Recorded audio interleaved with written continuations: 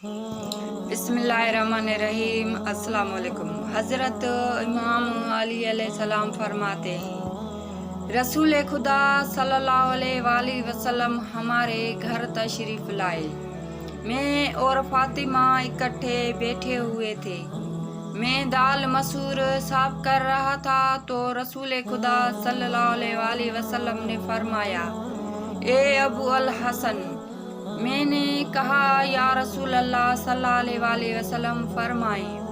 आपने फरमाया, मेरी बात गौर से सुनो, मैं हुक्म खुदा के अलावा कुछ नहीं कहता हूँ। आपने फरमाया, जो मर्द अपनी बीवी के घरेलू कामों में मदद करता है तो अल्लाह उस मर्द के जिस्म के हर बाल के बदले 1 साल की इबादत का सवाब देता है कि जिसमें दिन के रोजे और रात की नमाज में मशगूल हो।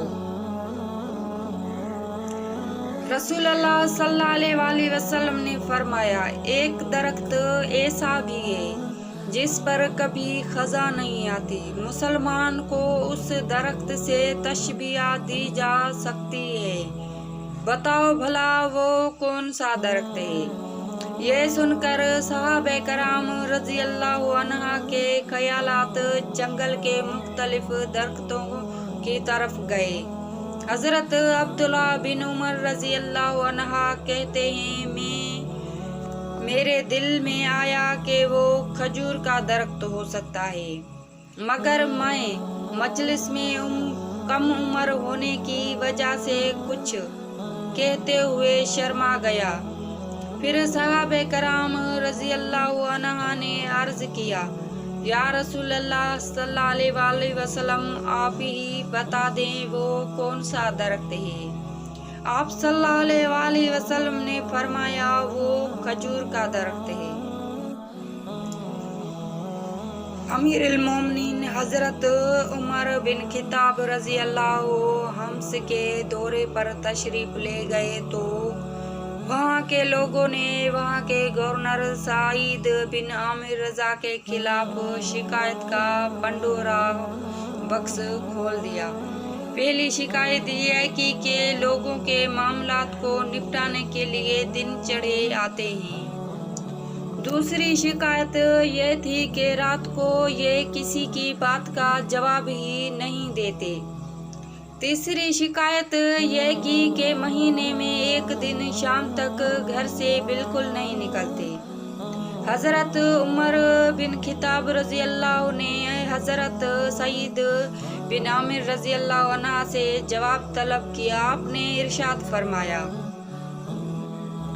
कि अमीरुल मोमिनीन, मेरा दिल तो नहीं चाहता कि हक़ाइक़ से पर्दा उठाऊं, लेकिन अब इसके बगैर दूसरा कोई चाराकार ही नहीं बचा।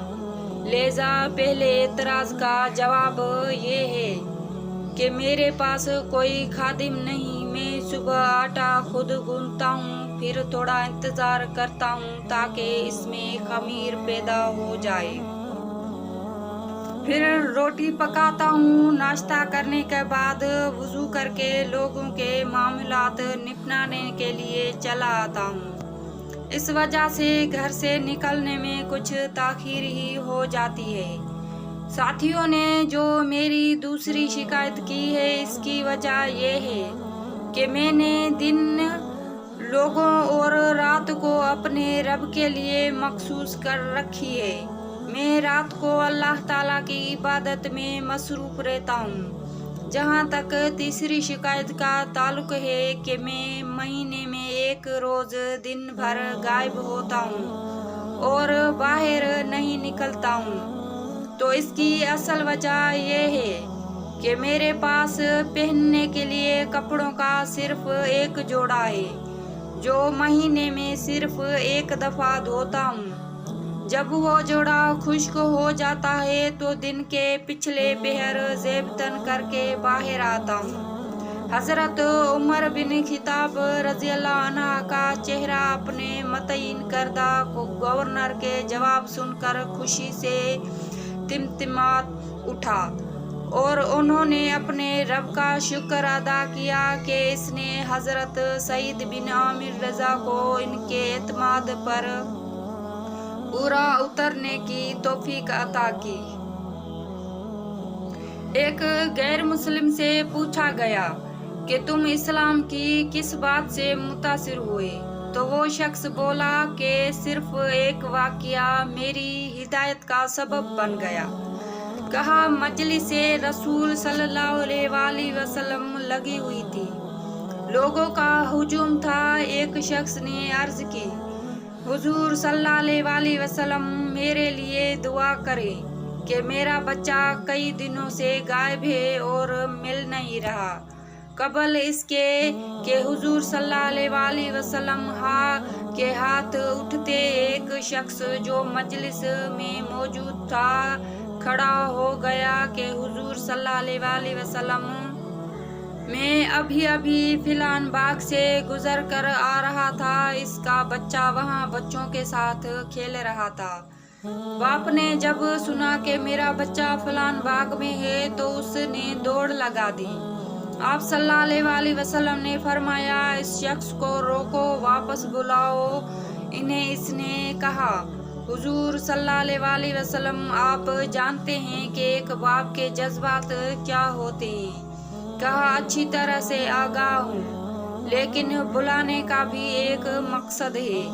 اس نے کہا جی۔ حضور صلی اللہ علیہ وآلہ وسلم نے ارشاد فرمایا، کہا جب باغ پہنچ جاؤ تو بچوں کے ساتھ اپنے بچے کو کھیلتا ہوا دیکھ لو تو بیٹا بیٹا کہہ کر آوازیں نہ دینا، جو نام رکھا ہے اس نام سے پکارنا۔ کہا کہ حضور صلی اللہ علیہ وآلہ وسلم میرا بیٹا ہے، اگر میں بیٹا کہہ کر بلاؤں تو حرج کیا ہے؟ فرمایا تم کئی دنوں کے بچھڑے ہو، تمہارے لہجے میں بلا کا رس ہوگا اور تم نہیں جانتے کہ کھیلنے والوں میں کوئی یتیم